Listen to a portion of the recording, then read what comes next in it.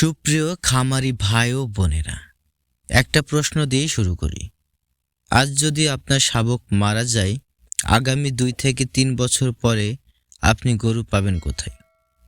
আজকের এই ছোট শাবকটাই আগামী দিনের বড় ষাঁড়, আগামী দিনের গাভী, আগামী দিনের লাভ। কিন্তু বাস্তবতা কি জানেন? আমাদের ভুলের কারণে এই শাবকই বড় হওয়ার আগেই শেষ হয়ে যাচ্ছে। আজকের ভিডিওটা মন দিয়ে শেষ পর্যন্ত শুনুন, কারণ এখানে একটা ভুল শাবকের মৃত্যু নিশ্চিত করতে পারে। আসসালামু আলাইকুম, আমি মোহাম্মদ তরিকুল কাদের জনি, কৃত্রিম প্রজননকারী, আমেরিকান ডেইরি লিমিটেড। কাছে দূরে, দেশ এবং দেশের বাইরে যে যেখান থেকে আমাদের এই ভিডিওটি দেখছেন, প্রাণী সম্পদই পল্লীর প্রাণ চ্যানেলের পক্ষ থেকে জানাই আন্তরিক শুভেচ্ছা ও শুভকামনা। চলুন আর কথা না বাড়িয়ে আমরা মূল আলোচনায় ফিরি। ভাইরা, আমি আজ খুব পরিষ্কার করে বলবো, এই শীতে সবাই শাবক পালন করবেন না। হ্যাঁ, সবাই না। কারণ শাবক পালন মানে শখ না, পরীক্ষা না, হালকা বিষয় না। শাবক মানে দায়িত্ব। দায়িত্ব নিতে না পারলে লজ্জা পাবেন, লোকসান করবেন, শাবক মারা যাবে। এই শীতে কারা শাবক পালন করবেন না? 1 নম্বর হলো যারা শাবক সম্পর্কে পূর্ণাঙ্গ ধারণা জানেন না। অর্থাৎ আপনি যদি না জানেন শাল দুধ কত জরুরি, প্রথম 7 দিন কত ভয়ঙ্কর, টিকা কখন দিতে হয়, তাহলে এই শীতে শাবক না নিলেই ভালো। কারণ অজ্ঞানতা এখানে ক্ষমা পায় না। 2 নম্বর হলো যারা শাবকের রোগ চিনতে পারেন না। আপনি যদি পার্থক্য না বোঝেন, ডায়রিয়া আর নিউমোনিয়া, খুরা আর পা পচা, তাহলে চিকিৎসা ভুল হবে, শাবক মরবে। 3 নম্বর হলো যারা বলেন আগেও তো এমন ছিল। ভাই, আগে ছিল, কিন্তু আগে এত ঠান্ডা, এত রোগ, এত চাপ ছিল না। আজকের সময়ে অবহেলা মানেই মৃত্যু। 4 নম্বর যারা টিকা দিতে ভয় পান। এই কথাটা বুক ফুলিয়ে বলি, খুরা রোগে শাবকের মৃত্যু প্রায় নিশ্চিত। আগে টিকা না দিলে পরে ডাক্তার এনে কান্না করে লাভ নেই। আজকের শাবকই আগামী দিনের গরু। হ্যাঁ ভাইয়েরা, গরু মোটা তাজাকরণ শুরু হয় না 1 বছর বয়সে হাট থেকে গরু কিনে, শুরু হয় শাবক অবস্থায়। শাবকের হাড়, পেশি, রোগ প্রতিরোধ সবকিছু গড়ে ওঠে প্রথম 6 মাসে। এই সময় ভুল হলে সেই গরু কখনোই বড় ষাঁড় হবে না। খামারিদের সবচেয়ে মারাত্মক ভুল। 1 নম্বর হলো শাল দুধ অবহেলা। জন্মের পর 2 ঘন্টার মধ্যে শাল দুধ না পেলে শাবকের শরীরের প্রতিরোধ শক্তি তৈরি হয় না। এই শাবক বারবার অসুস্থ হবে, ওষুধে সাড়া দেবে না। ঠান্ডায় খোলা রাখা। শীত মানে শুধু ঠান্ডা না, শীত মানে নিউমোনিয়া, শীত মানে ডায়রিয়া। শাবক কাঁপলে বুঝবেন বিপদ শুরু। ভেজা মেঝে। ভেজা মেঝে মানে জীবাণু, পা পচা, ডায়রিয়া। খাবারের তাড়াহুড়া। বেশি খাবার, দ্রুত বড়, এই ধারণায় শাবক মরে।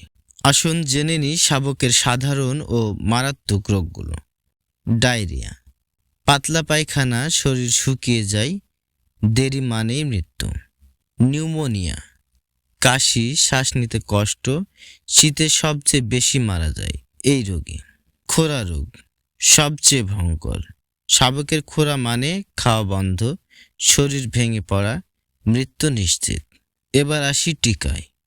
4 থেকে 6 মাস খোরা রোগের টিকা, 6 মাস এইচএস, 9 থেকে 12 মাস বিকিউ, প্রতি বছর খোরা পুনরায়।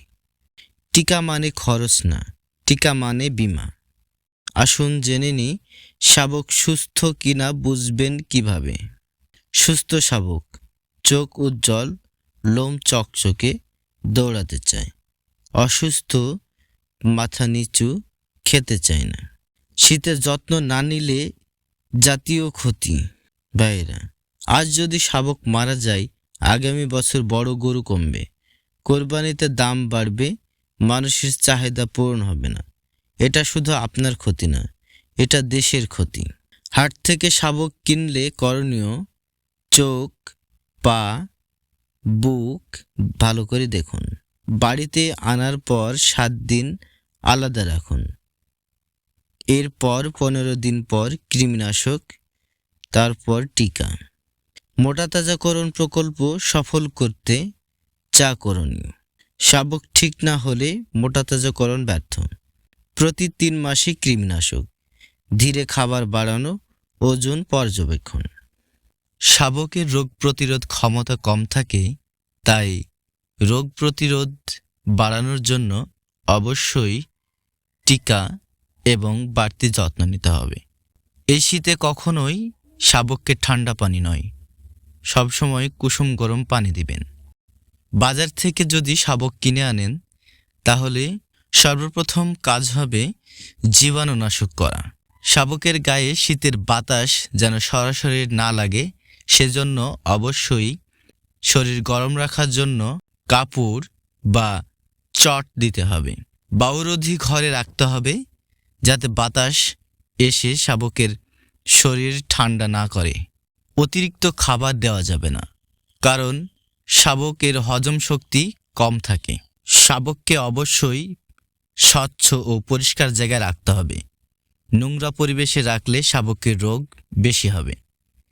রাতের বেলায় বায়ুরোধী ঘর, দরজা জানালা বন্ধ, বাতাস ঢুকতে পারবে না এমন পরিবেশ সৃষ্টি করতে হবে। পারলে বাল্ব জ্বালিয়ে রাখুন। শাবক বেশি অসুস্থ হলে নিজে নিজে ওষুধ খাওয়ানোর চেষ্টা করবেন না। সবসময় একজন পশু চিকিৎসকের পরামর্শ নেওয়া জরুরি। কারো কথাই বা অন্যের গল্প শুনে ভুলভাল ওষুধ সেবন করানো যাবে না। এই শীতে এই অল্প কিছু নিয়মগুলো মানলেই আপনার শাবক থাকবে সুস্থ। সুপ্রিয় খামারি ভাই ও বোনেরা, আজকের শাবকই আগামী দিনের বড় সার, আগামী দিনের আপনার সম্মান। একটু যত্ন নিন, একটু শিখুন। শাবক বাঁচলে খামারি বাঁচবে, দেশ বাঁচবে। ভিডিওটি যদি ভালো লেগে থাকে তাহলে লাইক করুন এবং শেয়ার করে সবাইকে দেখার সুযোগ করে দিন, যাতে করে কোনো খামারি যেন লোকসানে না পড়ে। এবং গবাদি পশু পাখি পালনের প্রয়োজনীয় তথ্য পেতে চ্যানেলটি সাবস্ক্রাইব করে পাশেই থাকুন। আজ এ পর্যন্ত। আগামী ভিডিও দেখার আমন্ত্রণ রইল। সে পর্যন্ত ভালো থাকুন, সুস্থ থাকুন, নিরাপদে থাকুন। আর এতক্ষণ আমাদের সাথে থাকার জন্য ধন্যবাদ।